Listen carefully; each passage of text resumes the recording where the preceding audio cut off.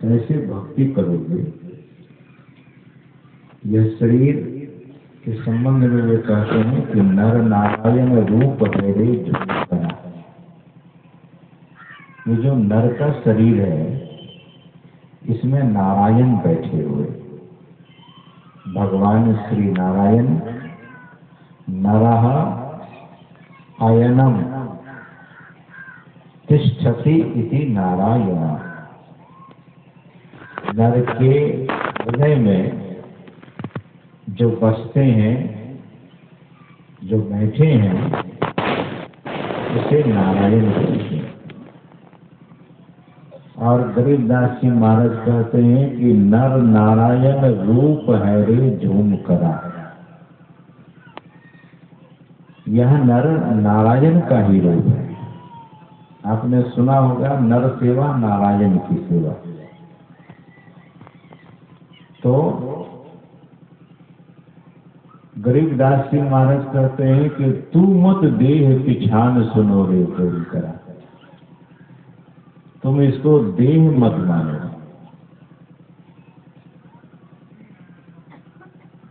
मंदिर में भगवान की मूर्ति लोग लगा देते हैं, प्रतिष्ठित कर देते हैं, लेकिन कोई संत हो तो हो सकता है मूर्ति भी बोलने लगे, मूर्ति भी आशीर्वाद देने लगे। जैसे श्री रामकृष्ण परमहंस के साथ माता काली की मूर्ति बातचीत करती थी, वैसे भगवान बोलते नहीं। लेकिन यह जो शरीर है इसमें स्वयं नारायण बैठे हुए हैं। तो उस नारायण की प्राप्ति कैसे होगी? आप भी शरीर के भीतर और वह नारायण भी शरीर के भीतर। तो गरीबदास जी महाराज कहते हैं कि इरा पिंगला फेरिए रे झूम करा, सुखमन खुले कपाट सुनो रे झूम करा। 72 करोड़ नाड़ियां हैं हम आपके शरीर में मुख्यतः, वैसे और भी गिनती बताया गया है। उन 72 करोड़ नाड़ियों में 108 नाड़ियां प्रधान है और उन 108 में 3 नाड़ी प्रधान है। उस 3 नाड़ी का नाम है इरा, पिंगला और सुषुम्ना। उस नाड़ी में कैसे हम आप प्रवेश करेंगे? किस नाड़ी में? इरा और पिंगला में नहीं, सुषुम्ना में, जहां नारायण बैठे हुए, जहां आप हैं, यह आत्मा वहीं अवस्थित है। संत सूरदास जी महाराज कहते हैं, बड़ी सुंदर सी वाणी है उनकी, नयन नासिका अग्र है तहां ब्रह्म को वास। अविनाशी विनशय नहीं, होत ज्योति प्रकाश। संत सूरदास जी महाराज कहते हैं जो अविनाशी है उसका कभी विनाश नहीं होता। तो ब्रह्म कहाँ है? तो सूरदास जी महाराज कहते हैं कि नयन नासिका अग्र है तहां ब्रह्म को वास। और इसी बात को संत गरीबदास जी महाराज कहते हैं कि इरा पिंगला फेरिए रे झूम करा। उनके एक शिष्य हुए, झूम करा कह करके संबोधित करते थे। तो इरा और पिंगला दोनों को मिलाइए, फेरिए का मतलब दोनों को एक कीजिए। दृष्टि की धार हम आपकी सिमटी हुई नहीं है, बिखरी हुई है। संसार में इस तरह से दृष्टि बिखर गई है कि संसार के अलावा संसार को बनाने वाले को नहीं देख सकता। संसार को तो देखती है यह दृष्टि। दृष्टि से यह नर संसार को देखता है, लेकिन अपनी दृष्टि से उस ब्रह्म को, उस परमात्मा को नहीं देखता। यही सबसे बड़ी हैरानी की बात है।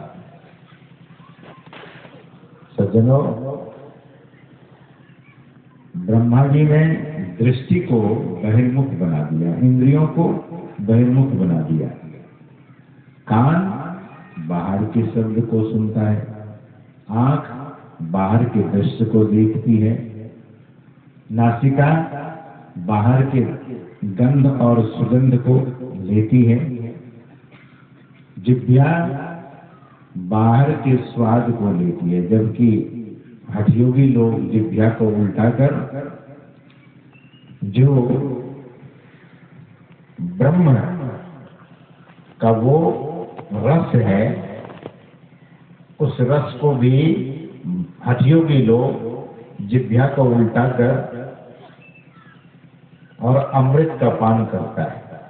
यह निरापद नहीं, यह सापद है, यह कठिन है। लेकिन संत महापुरुषों ने कहा, उलटी अलल तुलसी तन कीजय। संत तुलसी साहब कहते हैं कि उल्टो उलट जाओ। किधर?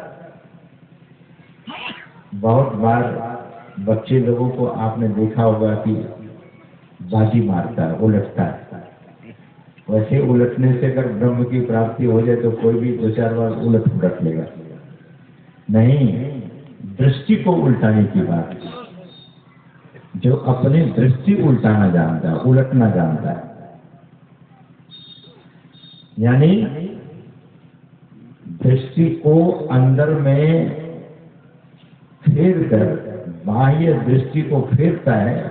दृष्टि वही है, लेकिन जैसे ही अंदर की जाती है, दोनों दृष्टि की धारों को एक की जाती है, तो आपने देखा होगा बाहर में जैसे नेगेटिव और पॉजिटिव बिजली के 2 तार होते हैं, एक ठंडा दूसरा गर्म। दोनों तारों को जैसे ही आप मिलाएंगे, अगर उसमें बिजली है तो तार के मिलते ही चिंगारी हो जाती है। जिस दिन आप अपने दृष्टि को मिलाने की क्रिया जानेंगे और अभ्यास करेंगे, तो दोनों दृष्टि की धार जैसे मिलेगी, एक होगी, वहीं पर प्रकाश का उदय हो जाएगा। सज्जनों, यही है रघुपति भगति बिना सुख नाही। यही है रघुपति, उस परमात्मा की असली भक्ति। ऐसे तो भगवान के मंदिर में लोग जाते हैं,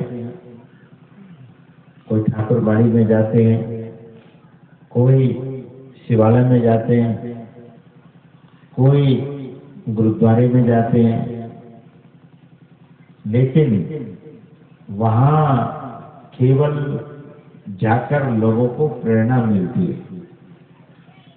असली भक्ति तो शरीर रूपी मंदिर में की जाती है। रियल भक्ति अगर कोई करे तो अपने शरीर में ही बैठकर करे। शरीर क्या है? तो भगवान शंकर ने कहा, देहम शिवालयम प्रोक्तम सिद्धिदम सर्वदेहिनाम। देही शिव जी का मंदिर है।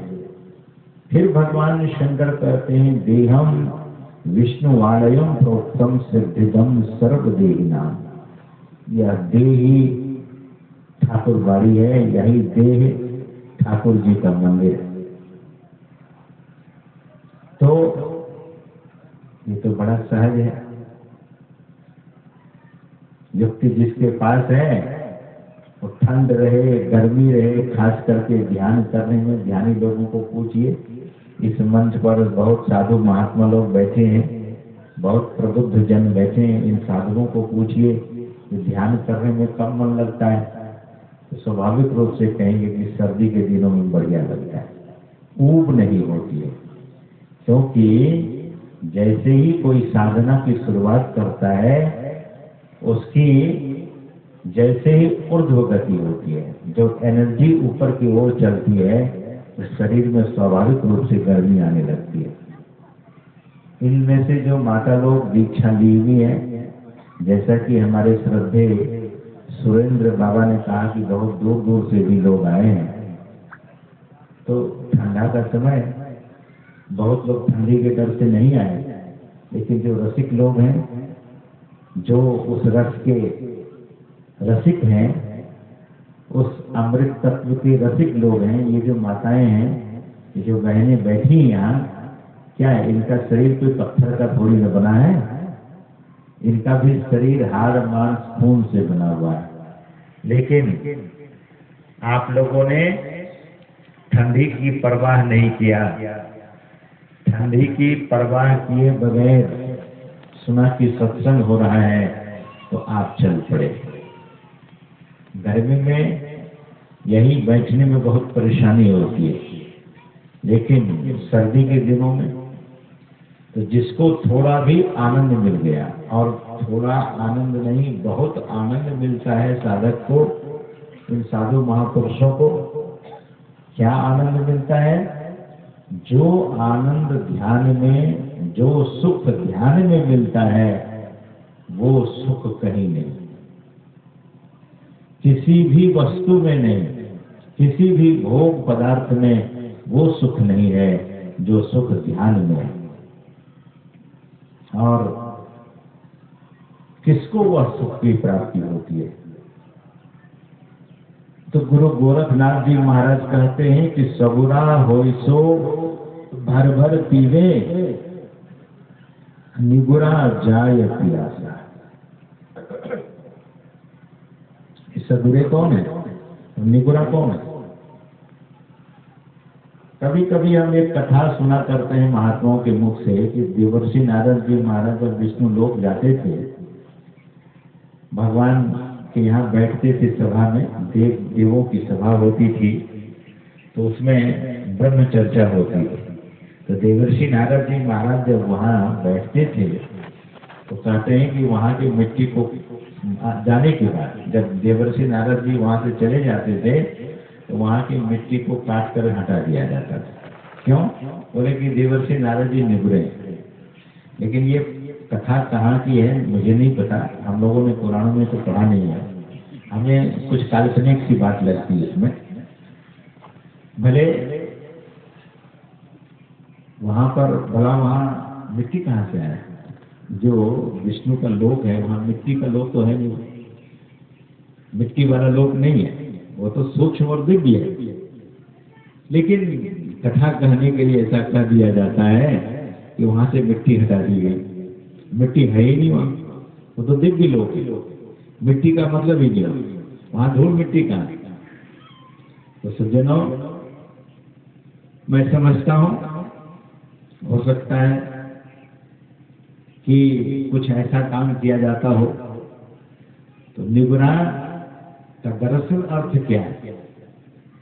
निगुरा का अर्थ ये है कि जो गुरु दीक्षा लेकर गुरु की आज्ञा पर नहीं चलता है, वो भी निगुरा ही है।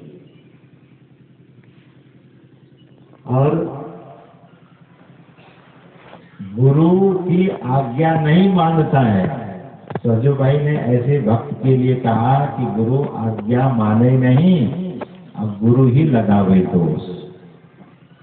अब गुरु निंदक जग में दुखी, मोवे न पावे मोस। तो सबरा कौन है, निगुरा कौन है? मोटे तौर पर सामान्य रूप से जो गुरु से दीक्षा नहीं लिया वे निगुरे। लेकिन अगर सूक्ष्म रूप से देखा जाए तो जो गुरु दीक्षा लेकर के भी गुरु की आज्ञा का पालन नहीं करता, वे भी निगुरे। तो सज्जनों, गुरु गोरखनाथ जी महाराज कहते हैं, सबुरा होय सो घर भर पियो, जो गुरु की आज्ञा पर चलता है। और गुरु महाराज ने भी कहने की कृपा की है कि गुरु की आज्ञा मान प्यारे कर सदा उनकी कही। गुरु ने जो आज्ञा दी है, हमने देखा है सज्जनों, पश्चिम में कुछ संप्रदाय के महात्मा जब दीक्षा देते हैं तो हमारे संत मत में इतना सरल है दीक्षा लेना। फूलों की एक माला और प्रसाद, दक्षिणा हो तो ठीक, नहीं हो तो ठीक। तो लगभग लोग दक्षिणा देते ही है, कुछ लोग नहीं देते हैं, ऐसा अपवाद स्वरूप देखा भी गया है। तो दीक्षा तब दी जाती है जो व्यक्ति 6 महीने पूर्व से मांस, मछली, अंडा, शराब, किसी भी नशीली पदार्थों का सेवन नहीं करता हो और आजीवन संकल्प ले लिया हो मांस, मछली, अंडा, शराब, नशा, नशीली पदार्थों का न सेवन करने का। ऐसे लोग दीक्षा लेने के अधिकारी होते हैं। लेकिन मैं एक बार गया पूर्णिया, जिला कौन सा है? मधेपुरा जिला। तो पूर्णिया गया तो जिस घर में गया था, अड़ोस पड़ोस के घर होते तो वे लोग भी सत्संगी थे, लेकिन नाम का सत्संगी। एक सज्जन पूज्य महर्षि संतसेवी परमहंस जी महाराज से दीक्षा लिया और बिजनेसमैन था, व्यापार करता था। प्रारब्धानुसार उसके जीवन में बीमारी आ गई। तो बीमारी होती है, जब बीमारी नहीं संभलती है, नहीं ठीक होती है, तो लोग डॉक्टरों के पास जाते हैं। तो वे सज्जन गए डॉक्टर के पास, और जब गए तो डॉक्टर भी ऐसे ही निकले। डॉक्टर ने कहा कि मछली खाओगे तो बीमारी छूट जाएगी। तो सज्जन दीक्षा लिया हुआ था, मांस, मछली, अंडा तो खाता नहीं था। डॉक्टर ने कहा कि अगर तुम मछली खाओ और अंडा खाओ तो तुम्हारी बीमारी छूट जाएगी। तो डॉक्टर के बात पर विश्वास हो गया। लेकिन कोई महात्मा से जाकर पूछा कि अब क्या करें, जीवन का प्रश्न है। तो महात्मा ने कहा कि जीवन का प्रश्न तो जरूर है। अगर गुरु वाक्य पर आपको विश्वास है तब तो आपको नहीं खाना चाहिए। अगर डॉक्टर की बात पर विश्वास है तब आपकी मर्जी। तो घर आकर के अपने पत्नी से, अपने बेटा से कहा कि महात्मा लोग कोई साफ बात तो करता नहीं है, अब मेरे ऊपर छोड़ दिया है तो मैं तो डॉक्टर को पर ही विश्वास करूंगा। ले आओ मछली और अंडा खरीद करके और हम खाना शुरू करेंगे। और मछली अंडा पहले से भी वो खाता था, जब दीक्षा नहीं लिया था। तो जब मछली बना करके उसके परिजन, उसकी पत्नी या जो भी है दिया, खाया, तो बोले कि वही जीवन वापस लौट गया, अब मैं ठीक हो जाऊंगा। खाया खूब। इधर क्षेत्रीय भाषा में लोग बोलते हैं। एक सज्जन को मैंने कहा कि खाया आपने? बोला महाराज हुमच के खा लिया। तो मैं बड़ा हैरान हो गया सुनकर, ये हुमच के खाने का मतलब क्या हुआ? बोले पूरा बढ़िया से खाया। तो वो मांस, वो मछली खाने वाला जो नाम का सत्संगी था, खूब डटकर मछली खाया, अंडा खाया, और बीमारी तो ऐसे सिर चढ़ गई, इतना परेशान हुआ। तो डॉक्टर के पास गया और कहा कि आपने तो कहा था कि मछली अंडा खाओगे तो बीमारी ठीक हो जाएगी, तो ये तो और बीमारी हमारी बढ़ ही गई है। डॉक्टर ने सीधे जवाब दिया कि मैं कोई ठेकेदारी ले रखा हूं आपका। मैं कौन सी जिम्मेदारी लेकर बैठा हुआ हूँ? आप ठीक नहीं हुए तो आप जानिए। कहावत है कि धोबी का गधा न घर का न घाट का, न इधर ही रहा न उधर ही रहा। अब मन में विचार करने लगा कि जब खा ही लिया हूँ, भ्रष्ट तो हो ही गया, तो खाता ही रहूंगा। तो मैं वहां गया तो ऐसी बदहालत हो गई थी उसके पैर और हाथ गलने लगे थे। सज्जनों, गुरु आज्ञा माने नहीं या गुरु ही लगावे दोष।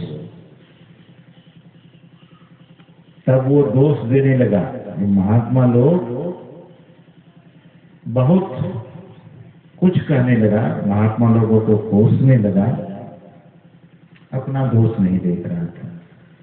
जब वो वहां गया और कहा, क्योंकि मुझे लोगों ने जानकारी दी कि दीक्षा लेकर के ये भटक गया। भटक नहीं गया, भ्रष्ट हो गया। भटकना तो अनजान में होता है सज्जनों, ये तो जानबूझ कर। तो कहावत तो आप लोग जानते ही होंगे, महात्मा लोग याद दिलाते हैं, जानबूझ के करे ढिठाई ताको नरक लिखा है भाई। जानबूझ के ढिठाई करता है। तो मैंने कहा, जब मैं वहां गया तो हाथ भी नहीं जोड़ पाता था। उसने कहा कि महाराज कृपा करो। मैंने कहा कि आप अपने पर दया कर लो, अपने पर कृपा कर लो। बोले महाराज क्या करूं, मांस मछली अंडा जारी रखूं खाना कि छोड़ दूं? मैंने कहा कि अभी भी अगर होश ठिकाना में नहीं आया है तो जो मर्जी वो कीजिए। तो सज्जनों, गुरु के शिष्य पक्के,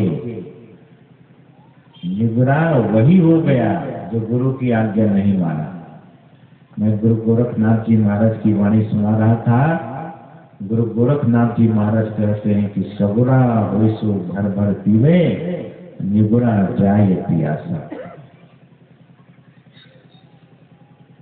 बड़ी अद्भुत बात है सज्जनों। ये जो शरीर मिला है विषय रूपी विष पान करने के लिए, ध्यान से सुनिएगा। यह जो सुंदरतम मिला है अमृत पान करने के लिए मिला है। लेकिन नरतम पाए विषय मन देही, अब पलट सुधा के सठ बिसलेही। भगवान कहते हैं कि बड़ा भारी सठ है वो, बड़ा भारी वो दुष्ट है, बड़ा भारी वो मूर्ख है। जो शरीर तो मिला था अमृत पान करने के लिए, लेकिन शरीर पाकर के विष पान करना शुरू कर दिया। विषय रूपी जो विष है वो धीरे धीरे मारता है। Whatever the pleasure is there in our life, that is just like a slow poison. Slow poison. Therefore, we must deliberate what is the essential things for our life. हम आपके जीवन के लिए सार क्या है? साधना कीजिए और सार को पकड़ लीजिए। सार को वही रहे, अथोठा दे हुआ है। सार का ग्रहण कीजिए। सार मतलब एसेंस, एसेंस मतलब सार। सज्जनों, भगवान बहुत अच्छी तरह से समझाने की कृपा की। गीता में 15वें अध्याय में भगवान श्री कृष्ण कहते हैं, बहुत सुंदर बात। और गीता के 15वें अध्याय के प्रथम श्लोक जो है, उसके संबंध में पूज्यपाद महर्षि संसेवी परमहंस जी महाराज बहुत सुंदर व्याख्या करते थे। आप लोग, हम सब गांव में रहते हैं। गांव में कितने पेड़ पौधे होते हैं। पेड़ का जो जड़ है वो नीचे है और मनुष्य का जो जड़ है वो ऊपर है। सिर में जितनी नस नाड़ियां हैं उतनी नस नाड़ियां कहीं नहीं है। तो भगवान श्री कृष्ण ने कहा कि ऊर्ध्व मूल, जो मूल है वो ऊर्ध्व में यानी ऊपर है। अध शाखम, जो शाखा है वो नीचे की ओर है। बहुत सुंदर बात भगवान श्री कृष्ण करते हैं। सज्जनों, अश्वत्थम प्राहुरभ्ययामि, और ध्यान दीजिए, पीपल का पेड़ है आपके गांव में कि नहीं? पीपल के पेड़ में साल नहीं होता है। क्या बोलते हैं? सील, साल या सील जो ही बोलते हैं, उसमें होता ही नहीं। ध्यान से सुनिएगा, शरीर जब गिर जाता है, मैं हांगकांग में था तो वहाँ कुछ ताइवानी लोग, ताइवान से लोग आए थे। तो मैंडरिन भाषा में शरीर का जो सिंबल है उसका जो लैंग्वेज है लेटर में नहीं है। जैसे हम आपका जो लैंग्वेज है अंग्रेजी में लेटर है, ABCD वगैरह, हिंदी में A A E वगैरह है, संस्कृत में भी। लेकिन जो मैंडरिन भाषा है वो सिंबॉलिक लैंग्वेज है, सिंबॉलिक। तो शरीर कैसा है? इस तरह से अगर मनुष्य लिखना है तो ऐसे लिखे। तो मैंने पूछा इसका ये सिंबल का क्या मतलब है? बोले ये है आत्मा, ये है शरीर, इसको जैसे हटाइए गिर जाएगा। मतलब आत्मा नहीं है तो कुछ नहीं है। तो संसार और शरीर की जो संरचना है, जैसे पीपल पेड़ किसी भी काम में नहीं आता। अब तो कलयुगी लोग आ गए, पीपल का भी सुना है कि जलावन में जल काम लिया था। पीपल वृक्ष को शास्त्र में दिया है कि नहीं जलाना चाहिए, लेकिन पीपल में सार नहीं है, संसार में कहीं कोई सार नहीं है। और ये शरीर भी यूं ही व्यर्थ चला जाता है। जब शरीर ये छूट जाता है, यानी जब शरीर मर जाता है तो शरीर किसी काम का नहीं होता। पशु का चमड़ा काम में आ जाता है। एक बार हमारे श्रद्धेय स्वामी बोधानंद जी महाराज बता रहे थे कि एक महात्मा ट्रेन में जैकेट खरीद लिया। गर्मी का दिन था, सॉरी सर्दी का दिन था, ठंड का समय था, तो जैकेट खरीद लिया। तो जैकेट दिया कितना था? 150 या 200 में। तो खरीद तो लिया, बड़ा सुंदर दिख रहा था। खरीदने के बाद इसमें कोई गर्मी ही नहीं। उसको खोला ना तो उसमें से मुर्गी का पंखा निकल गया। पंख, मुर्गी का ही पंख भर दिया था जैकेट में। अब मुर्गी का भी पंख लोग यूज कर लेते हैं, लेकिन मनुष्य शरीर जब मरता है उसका क्या उपयोग होता है? कोई उपयोग नहीं। भगवान श्री कृष्ण कहते हैं कि संसार भी इसी तरह से सार रहित है, और शरीर भी जब मर जाता है तब इसका कोई उपयोग नहीं होता। और शरीर के रहते क्या हो सकते हैं?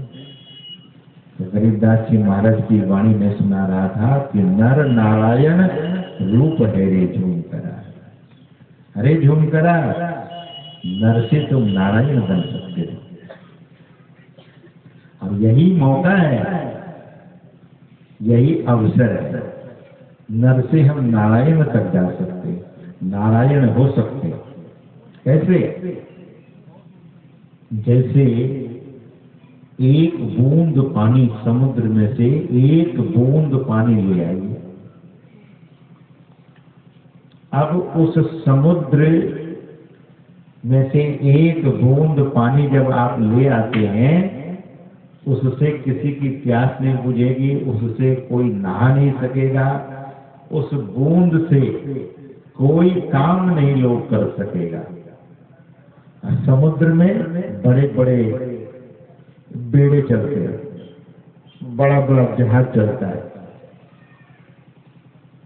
बूंद में और समुद्र के जल में एसेंशियली कोई डिफरेंस नहीं है, कहीं भी कोई डिफरेंस नहीं है।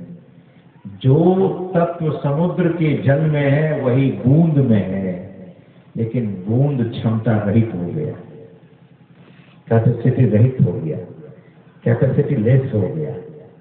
और समुद्र का जो जल है उसमें बड़ी क्षमता है। उसमें जब ज्वार भाटा आता है, जब सुनामी की लहर आती है, तो न जाने कितने लोगों को बेघर कर दिया जाता है, कितने जहाज उसमें चलता है, कितना व्यापार होता है, समुद्र में कितने रत्न होते हैं। रामकृष्ण परमहंस देव जी महाराज कहते थे कि रत्नाकर रत्न से भरा हुआ है। तो सज्जनों, शरीर और संसार, शरीर में भी रत्न भरा हुआ है, वही तत्व है, वही परमात्मा है। लेकिन उस परमात्मा को प्राप्त तभी कर सकते हैं जब तक जीवित हैं। इसीलिए महापुरुषों ने कहा कि यत्न कर लो, ध्यान कर लो, ध्यानाभ्यास करो, सब सद ही चातक दृष्टि बनाई हो। लखत लखत छवि बिंदु प्रभु की, ज्योति मंडल धसी धाई हो। राम नाम धुन सतधुन सारा, शब्द केंद्र ते आई हो। ता धुन भजत मिलो प्रभु से, निज आवागमन नसाई हो। ध्यानाभ्यास कब होगा? इसी शरीर में। यही अवसर है और यही मौका है। अभी सुन रहे थे, शंकराचार्य जी महाराज की वाणी सुना रहे थे महापुरुष लोग। शंकराचार्य जी महाराज कहते हैं, वैसी गते कह काम विकारा, सुस्ते नीरे कहता सारा, ज्ञाते तत्वे कह संसारा, दिक्ति छीने कह परिवार। शंकराचार्य जी महाराज कहते हैं कि जिस कुआं से जल समाप्त हो गया है, कुआं सूख गया है, अब क्या होने वाला है? जैसे उम्र छीन होने पर व्यक्ति भोग के लायक नहीं रह जाता है, वैसी गति कर काम विकारा। और सुस्के नीरे का सारा, नीर है ही नहीं उस कुआं में, किस काम का है कुआं? कुआं नाम है लेकिन कुछ नहीं है। उसी तरह से जीवन जब चला जाएगा तब क्या करेगा, क्या कर पाएगा? हाँ, वित्तीय छीने, वित्त के छीण हो जाने पर, संपत्ति के छीण हो जाने पर फिर परिवार नहीं। पूज्यपाद महर्षि साई स्वामी जी महाराज कहते थे कि दुनिया में आपको कोई चाहने वाला नहीं। लोग कहते कैसी बात करते हैं, महात्मा ही लोग पगला गए, हमको तो बहुत लोग चाहते, बहुत चाहने वाले। पूछिए उस लड़का और लड़की से जो जान की कुर्बानी दे देता है। लड़का कहता है लड़की तो हमको भगवान मान बैठी है, अल्लाह, और लड़की कहती है वो तो साक्षात देवता है मेरे लिए। सज्जनों, सब स्वार्थ के चेहरे। सदगुरु महाराज ने कहा, संत कबीर साहब कहते हैं कि जैसे पंछी रैन बसेरा बसे वृक्ष पर आई, भोर भय सब आप को जहां कहां उड़ी जाए। मन तो क्यों भूला रे भाई, तेरी सुधि बुद्धि कहां है। और वे कहते हैं भाई बंधु कुटुंब परिवार, कोई संग न सजा, कोई संग देने वाला, सब अपने स्वार्थ के कारण झूठी लोक बड़ाई। मन तू क्यों भूला रे भाई, तेरी सभी बुद्धि समझ गिराई। हे मन, क्यों भूल गए? कभी कभी वैराग्यपूर्ण बातें जब कही जाती है तो कुछ लोग जो संसार में बहुत आसक्त है, उनको बड़ा बुरा लगता है कि महात्मा लोग लगता पूरा परिवार को फोड़ देगा। नारद जी जैसे काम तो नहीं कर रहा है। सज्जनों, बात सच्ची है। सदगुरु महाराज कहते हैं, यह धन धाम कुटुंब कबीला सब स्वार्थ के फेरे, अपने अपने सुख के साथी लेन सुखों के। साईं स्वामी जी महाराज कहते थे, आपको कोई चाहने वाला नहीं है दुनिया में, सब आपके विद्या बुद्धि को चाहता है, आपके कला से लोग प्रेम करता है। घर में ज्यादा नहीं, 10 दिन ऐसे चुपचाप हाथ पर हाथ दे करके बैठ जाएंगे, समय पर जाके भोजन कर लेंगे और जाके सो जाएंगे, तो घर के लोग व्याकुल हो जाएंगे, कुछ हो गया क्या इसमें, तुम कुछ करते नहीं हो, कैसे जीवन चलेगा। घर के अपने ही लोग टोक लगाने लगते। तो पूज्यपाद कहते थे, आपको कोई नहीं चाहता, आपकी विद्या को, आपकी कला को, और हर तरह से अगर जीवन व्यर्थ हो जाए तो दुनिया में कोई नहीं चाहता किसी को। ऐसा है तो सब लोग बड़ाई करते हैं। स्वास्थ्य है, आप सेवा कर रहे हैं तो सब लोग बड़ाई करते हैं। इसीलिए गिरधर कवि की बात पूज्यपाद सुनाए करते थे, कह गिरधर कवि राय जगत का यही लिखा। क्या लिखा है? तो वे कहते थे, शुरू से मैं पंक्ति सुना देता हूँ। साईं या संसार में मतलब का व्यवहार, मतलब का व्यवहार, यार संग ही संग डोले, पैसा रहा न यार मुक्ति नहीं भूले। कह गिरधर कवि राय जगत का यही लेखा, करत बेगर्जी प्यार यार हम बिरला लिखा। बेगर्जी प्यार, बिना स्वार्थ का प्रेम कौन करता है? तो बोले संत करते हैं, या संत सदगुरु करते हैं, या ईश्वर करते हैं, परमात्मा करते हैं, बिना स्वार्थ का। तो सज्जनों, जगत में रहिए। संत महात्मा लोग ये नहीं कहते हैं कि परिवार का संग छोड़ दीजिए। कैसे रहिए? जैसे 32 दांतों के बीच में जिभ्या रहती है, कैसे अपने को सेफ की हुई है। जिभ्या से अगर थोड़ी इधर उधर गलती होती है तो दांत उसे काट बैठता है। संसार में कैसे रहना है? जैसे 32 दांतों के बीच में जिभ्या रहती है, उसी तरह से हम सबों को रहना है। परिवार में रहना है। मैं अक्सर उस महात्मा की बात को सुनाते रहता हूँ। एक महात्मा थे, वे कहते थे कि दुनिया में रहता हूँ, दुनिया का तलबदार नहीं हूँ, बाजार से गुजरता हूँ मगर खरीदार नहीं हूँ। दुनिया के बाजार में तो रहिए, लेकिन खरीदारी नहीं। खरीदारी का मतलब क्या? विषय की खरीदारी नहीं होनी चाहिए। दुनिया में रहता हूँ, दुनिया का तलबदार नहीं, मतलब मैं एक का तलबदार हूँ, वो संत सदगुरु का, परमात्मा का। संत सदगुरु कहिए या परमात्मा कहिए। और दुनिया में जो दुनिया के विषयों को खरीदता रहता है, वो तो व्यापार में लगा है। अगर व्यापार ही करना है तो परमात्मा रूपी धन का व्यापार कीजिए। चरणदास जी महाराज कहते हैं, मनवा राम के व्यापारी, अब की खेप भगत की नादी, बनिज की होते भारी। व्यापार ही करना है तो भारी बनिज यानी भारी व्यापार कीजिए, भक्ति की व्यापार। और जो व्यापार करता है उसको घाटे का डर बना रहता है। पहले जमाने में व्यापारी लोग एक शहर से दूसरे शहर, एक नगर से दूसरे नगर, एक गांव से दूसरे गांव जाते थे। तो व्यापारी लोगों को जब रात होती थी तो सोना पा करके व्यापारी को लूट लिया जाता था। इसे भक्ति के मार्ग में भी 5 लुटेरा है। और चरणदास जी महाराज कहते हैं कि 5 चोर सदा मग रोकत इनसु कर छुटकारे। ये 5 चोर कौन सब है? ये 5 विषय ही 5 चोर है।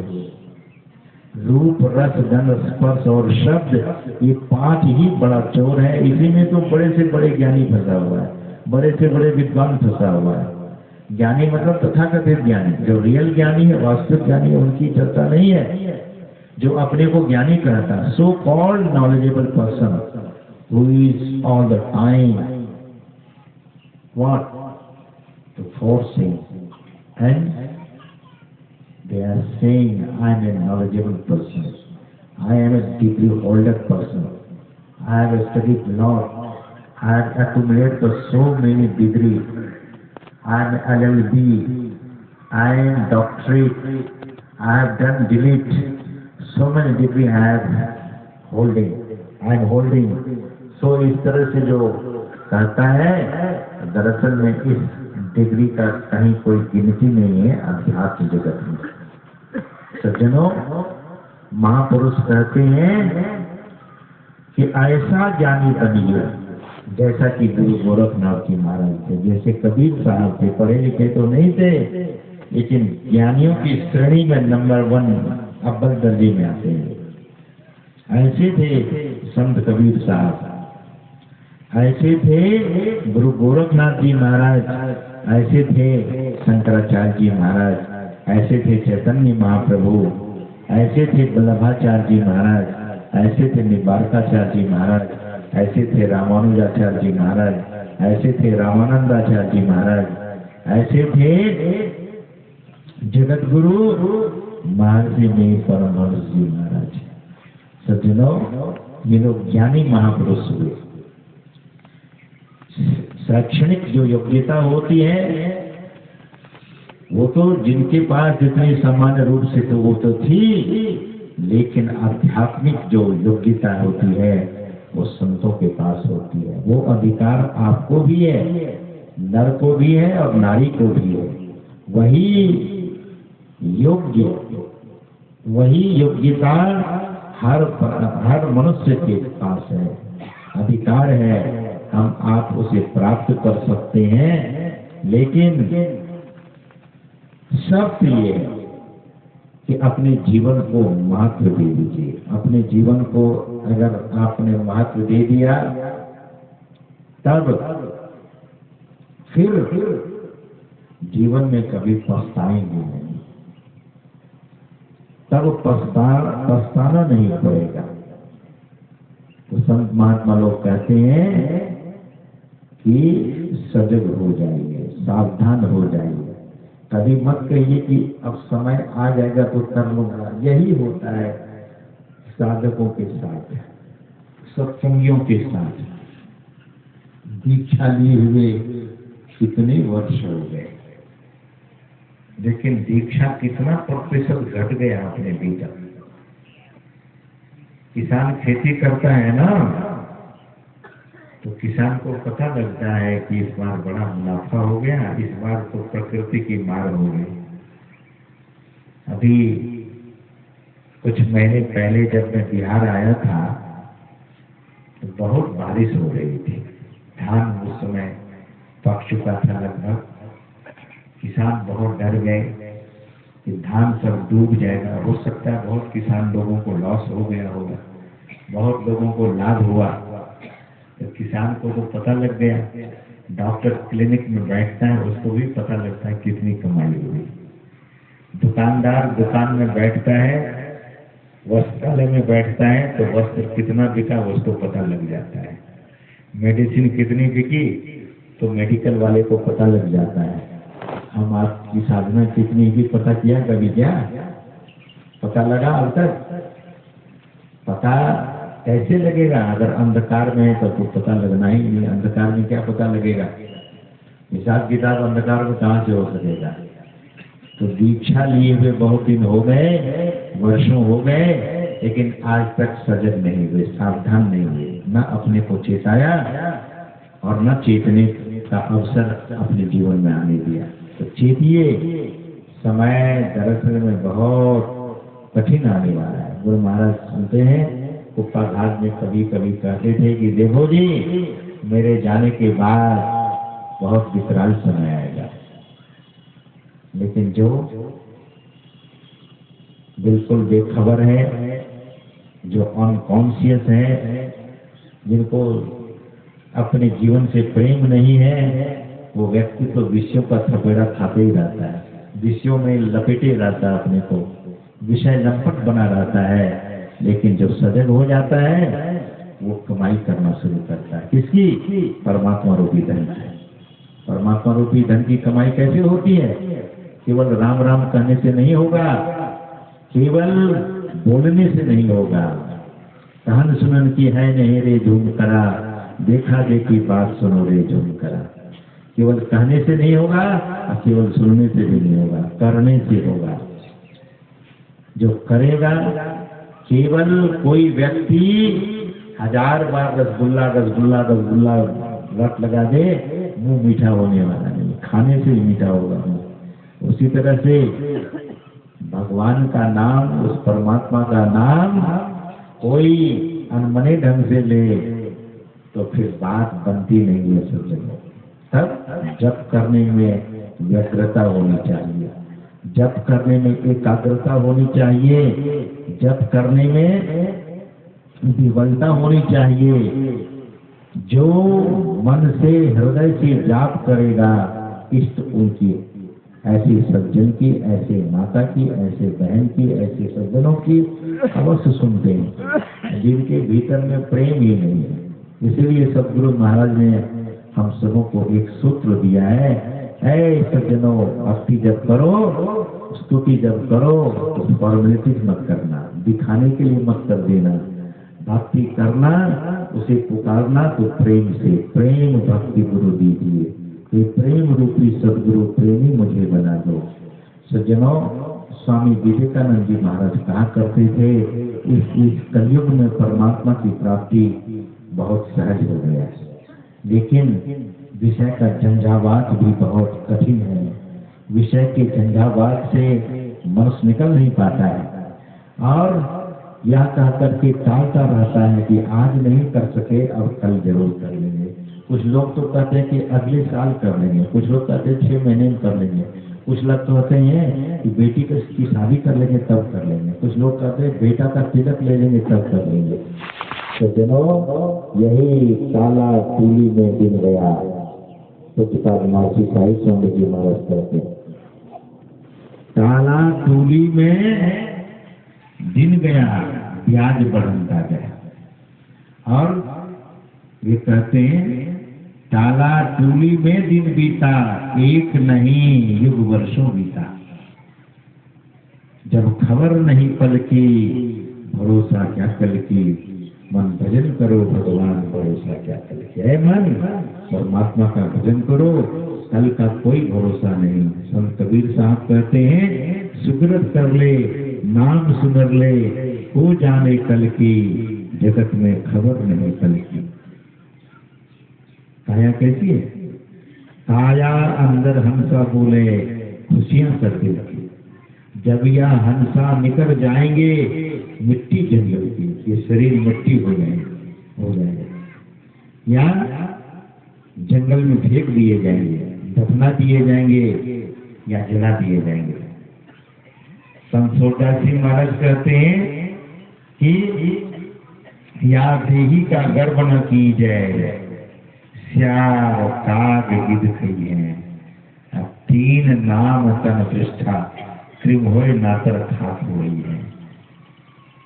इसलिए वैराग्य जब तक मन में बसाकर नहीं रखेंगे कि हमारा कुछ नहीं है, जो कुछ है उस सदगुरु का है, उस परमात्मा का है, मन में वैराग्य होगा तो भजन करेंगे, अब मन में अगर विषयाशक्ति होगी, मन में आसक्ति बनी रहेगी, तब सज्जनों भजन बहुत दूर की बात हो जाती है। इसी मैं और मेरा में पूरा संसार चला जा रहा है। और महापुरुषों ने कहा कि भीतर के खजानों से, भीतर के उस जो कभी नाश होने वाला नहीं है, उस खजाना से हम आप वंचित रह जाते हैं। भीतर में तो इतनी बड़ी खजाना परमात्मा ने दी है, उसको लूटने वाले लूटता है। राम नाम की लूट है, लूट सके सो लूट, अंत समय पछताएगा जब प्राण जाएगा छूट। तो बहुत संत महात्मा लोग उस अमृत का, उस खजाना की लूट कर रहे हैं। बहुत लोग शरीर में रहकर उस खजाना से अपने को वंचित कर रखा है। तो हम सबों को चाहिए कि उस खजाना से अपने जीवन को अपलावित करें, उस खजाना को इकट्ठा करें। और ध्यान की पूंजी, ध्यान रूपी संपत्ति ही परमार्थ में काम देने वाला है। यहाँ की संपत्ति तो यही रहेगी। बिंदु कवि ने कहा कि छूटेगी संपत्ति यहाँ की, यहीं पर तेरी कमर में मंधेला रहेगा। रे मन मुसाफिर निकलना पड़ेगा, काया कोठी खाली करना पड़ेगा। गीतानंद जी महाराज कहते हैं, वे बड़े वैराग्यवान महापुरुष थे, ध्यान भी करते थे। जब की सिद्धि, जपात सिद्धि उन्होंने पाई थी। सिद्धि ऐसी, एक बार मैं सिंगापुर बैठा तो उनके एक भक्त थे वहां पर, तो बता रहे थे ये जो शक्ति भोग वाला आटा बहुत लोग खाते हैं ना, अब तो शक्ति भोग आटा बहुत कीमती हो गया है। कभी कभी मैं अपने भंडारी को, ब्रह्मचारी सदानंद को कहता हूँ कि कौन सा आटा खिला रहे हो घर का? बोले महाराज जी यहाँ तो शक्ति भोग आटा नहीं मिला, आशीर्वाद आटा मिला। नाम भी ऐसा ऐसा रखा है लोग, आटा ही आशीर्वाद, भोग के लिए तो आशीर्वाद ही है। तो शक्ति भोग वाला जो मालिक था, पहले उसके पास शक्ति भोग आटा नहीं होता था। वो कहानी हमको सिंगापुर में सुनाया कि स्वामी गीतानंद जी महाराज के पास हरियाणा के एक सेठ आए, रोते चिल्लाते हुए, उसके चरण को पकड़ करके बहुत रोए। तो गीतानंद जी महाराज ने झटकते हुए कहा कि सेठ रोने से नहीं होगा, बताओ तो रोते क्यों हो? तो सेठ ने कहा कि मैं दिवालिया हो गया महाराज, फैक्ट्री थी, फैक्ट्री दिवालिया हो गई। करोड़ों अरबों की फैक्ट्री थी मेरी, लेकिन बेटा शराबी निकल गया और कुछ होश हवास नहीं रहा। ऐसा जीवन उसका दुर्दांत हो गया कि फैक्ट्री दिवालिया हो गया। महाराज कृपा करो, एक बार आपका चरण मेरी फैक्ट्री में पड़ जाएगा तो मेरा उद्धार हो जाएगा। सकामी लोगों को क्या चाहिए? धन चाहिए। तो गीतानंद जी महाराज ने कहा, जब वो हरियाणा में उनके जगह का मैं नाम भूल रहा हूँ, बड़ा सुंदर जगह है, हिसार के आसपास है। तो गीतानंद जी महाराज जब अपने आश्रम गए तो सेठ वहां भी पहुंचा और बड़ा निवेदन किया कि महाराज अब कृपा कर दीजिए, अब तो नजदीक आए। तो गीतानंद जी महाराज ने कहा कि देखो जी, तुम्हारे हम फैक्ट्री में जाएंगे, अभी जाएंगे जब तुम नया काम कोई शुरू कर दो। बोले महाराज, सेठ ने कहा, निवेदन किया कि महाराज कौन सा काम मैं शुरू करूं? तो स्वामी गीतानंद जी महाराज ने कहा कि तुम आटा की फैक्ट्री लगा दो, आटे की फैक्ट्री लगा दो। तो बोले महाराज आपकी जैसी आज्ञा, आपका जैसा आशीर्वाद। तो आटे की फैक्ट्री की तैयारी की। तो महाराज जी से कहा कि नाम क्या रखूं मैं? तो स्वामी गीतानंद जी महाराज ने कहा कि आटा का कंपनी का नाम ही रख दो, शक्ति भोग आटा। सब लोग जानते हैं नहीं, शक्ति भोग आटा बहुत प्रचलित है, ये किसी महात्मा का नाम दिया हुआ है। तो एप्पल फोन है, वो भी किसी महात्मा का ही दिया हुआ आशीर्वाद, जो दुनिया का सबसे बड़ा महंगा फोन होता है, हैंडफोन होता है। तो स्वामी गीतानंद जी महाराज ने कहा कि शक्ति भोग रखो, और सेठ आशीर्वाद तो मैं दे रहा हूँ, तुम्हारी फैक्ट्री दिन दूनी रात चौगुनी हो जाएगी, खूब बिकेगा, दक्षिण भारत तक शक्ति भोग लोग आटा खाने लगे, इतना चला। तो स्वामी गीतानंद जी महाराज ने कहा कि जब तक हमारा आश्रम रहेगा, जब तक संतों की रोटी चलेगी, वो आटा तुम ही दोगे, सारा आटा। सेठ ने कहा कि महाराज जब तक हम रहेंगे और हमारा बेटा रहेगा, आगे की तो नहीं कर सकता मैं, तब तक शक्ति भोग आटा हरिद्वार में गीता कुटीर में आता रहेगा, और उसी का आटा चलता हुआ। देखिए संत का आशीर्वाद, शक्ति भोग आता ही, और साल में एक बड़ा भंडारा वो करता है, बड़ा भंडारा, जिसमें हर चीज पर, टोपी पर, स्वेटर पर, कंबल पर, सब पर लिखा रहता है शक्ति भोग आटा। महात्मा लोग कोई कह रहे होंगे इधर से कभी भंडारा खाए होंगे गीता कुटीर में, तो साल में एक खुला भंडारा वो करता है, जो महात्मा जावे सबको देता है।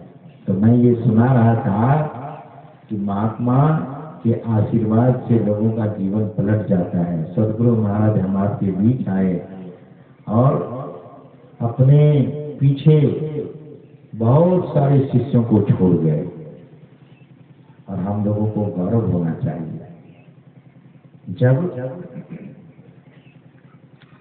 मैं स्वीडन के लोगों से मिला था, तो गुरु महाराज का नाम जब उन लोगों ने बताया तो मैं बड़ा हैरान हो गया। स्वीडन के लोग गुरु महाराज के पास को पढ़ने आए थे, गुरु महाराज से दीक्षा भी ली थी। विदेश के लोग, फ्रांस के सज्जनों को जब मैं दीक्षा दिया, जब ध्यान किया, बोले महाराज वेदांत पढ़ते पढ़ते, नाक रगड़ते रगड़ते, ब्रह्म को सुनते सुनते, ब्रह्म के बारे में परिचय लेते लेते हम थक गए, लेकिन जब संत मत में आपसे दीक्षा लिया तो ब्रह्म किसे कहते हैं, ब्रह्म प्रकाश किसे कहते हैं, उसे मैं देख लिया। तो दुनिया के बाहर के मुल्क, दुनिया के बाहर के देश के लोग गुरु महाराज के ज्ञान से लाभान्वित हो रहे हैं, परिचित हो रहे हैं, लाभ उठा रहे हैं। लेकिन मैं तो देखता हूँ बिहार में भी बहुत लोग लाभ ले रहे हैं। बहुत लोग कहते हैं अरे वही नहीं दास के चेले लोग आए होंगे, वही अकमुन्ना लोग सब आंख मूंद करके बैठे रहे। नहीं, आंख पूज्यपाद महर्षि साई स्वामी जी महाराज कहते थे, आंख नहीं मूंदोगे ना तो पागल हो जाओगे। रात में सबकी आंखें बंद होती है, सब लोग अपनी आंख मूंद करके ही तो सोते हैं। बोले आंख मूंदना अज्ञान में, लेकिन ध्यान करोगे तो ज्ञान में आंख मूंदोगे तो उस ब्रह्म प्रकाश की झलक होने लगेगी, ब्रह्मानुभूति होने लगेगी। वो संपदा जो कोई बंटवारा नहीं कर सकेगा, ना भाई भाई से बांटेगा, न पड़ोसी पड़ोसी से बांटेगा, वो प्रकाश ऐसा है। भगवान बुद्ध ने कहा कि वह अद्भुत प्रकाश का बंटवारा दुनिया में नहीं हो सकता, उसे कोई छीन नहीं सकता। मीराबाई उसी के संबंध में कहा, चोर न लेवे कोई, खर्चे न होवे कोई, चोर न लेवे, दिन दिन बढ़त समाई। वे कहती थी सवा गुना तो प्रतिदिन बढ़ता जाता है। ऐसी संपत्ति की कमाई जो छीना नहीं जाएगा, जो बांटा नहीं जाएगा, जो आपका सच्चा साथी होगा, वही सच्चा साथी भजन है, ध्यान है, सदाचार है। इसी को हम आप करें, जाने, अभ्यास करें, जीवन को सफल और धन्य करें। समय 4:15 से ऊपर हो गया है, सर्दी का समय है। वैसे तो हम लोगों के लिए ठंडी अच्छा ही लगता है, क्योंकि हरिद्वार में तो इससे 4 गुना 5 गुना ठंडी होती है। तो आज हमारे सर्वे सुरेंद्र बाबा कह रहे थे, महाराज हवा भी चलने लगी, ठंडी भी बढ़ी है। तो यहाँ के लोगों के लिए ठंडी तो हो ही गई है, ठंडी होना भी जरूरी है। किसान लोग कहते हैं महाराज ठंडी नहीं होगी तो गेहूं नहीं होगा, तो सब कुछ जरूरी है। शीत और उष्ण सब कुछ जरूरत है। तो जीवन का निर्वहन करते हुए सदाचार का पालन कीजिए, भक्ति भजन कीजिए, मनुष्य जीवन को धन्य कीजिए।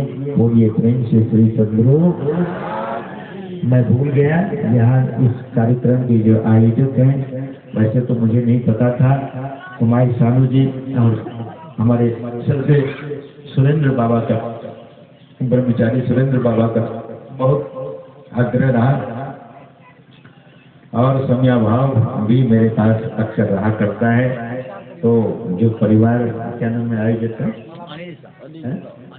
अनिल बाबू, अनिल साहब, और पत्नी का क्या नाम है? बेटा का नाम से विजय, पुतों का नाम रुक्मिणी देवी जी और विजय और शादी ज्योति, ये सब बड़े भाव से श्रद्धा से इस कार्यक्रम का आयोजन किया है। और मैं तो पूछ रहा था तो लोगों ने कहा कि महाराज पांडाल वगैरह छोटा ही है, लेकिन भाव देखा जाता है तो इन लोगों का भाव बड़ा पवित्र है। इन तमाम आयोजकों के लिए और यहाँ जो इस मंदिर में जो भी दाता दानी लोग हैं, हमारे इस मंदिर के जो कार्यभार को देखते हैं, श्रद्धेय दिनेश जी दिनेश बाबू और भी जो सज्जन लोग हैं, यहाँ जहाँ मैं सत्संग मंदिर देखता हूँ मुझे बहुत प्रसन्नता होती है। बहुत बड़े बड़े महल देख करके मुझे उतनी प्रसन्नता नहीं होती है जब सदगुरु महाराज का मैं घर देखता हूँ। और आप लोग बहुत धन्यवाद के पात्र हैं जो सदगुरु महाराज के मंदिर का निर्माण यहाँ किया है। और आप तमाम आए हुए भक्तजन, श्रद्धालुजन और प्रबुद्धजन इस ठंड में आकर सत्संग वचनों से आपने सत्संग वचनों का सम्मान किया है। तमाम माताओं और बहनों भी सत्संग वचनों को सुनकर अपने जीवन को लाभान्वित किया है। तो मैं आप तमाम आयोजकों के लिए, आप तमाम ग्रामवासियों के लिए, क्षेत्रवासियों के लिए, आप तमाम सज्जनों के लिए, तमाम माताओं और बहनों के लिए और महाराज सदगुरु महाराज के चरणों में प्रार्थना करता हूँ कि आप लोगों पर परमात्मा स्वरूप सदगुरु महाराज की महती कृपा बरसती रहे और आप लोगों का जीवन सुखद, समृद्ध और भक्ति में बने, आपका मनुष्य जीवन सफल हो। इन्हीं के साथ बोलिए प्रेम से श्री सदगुरु महाराज की जय।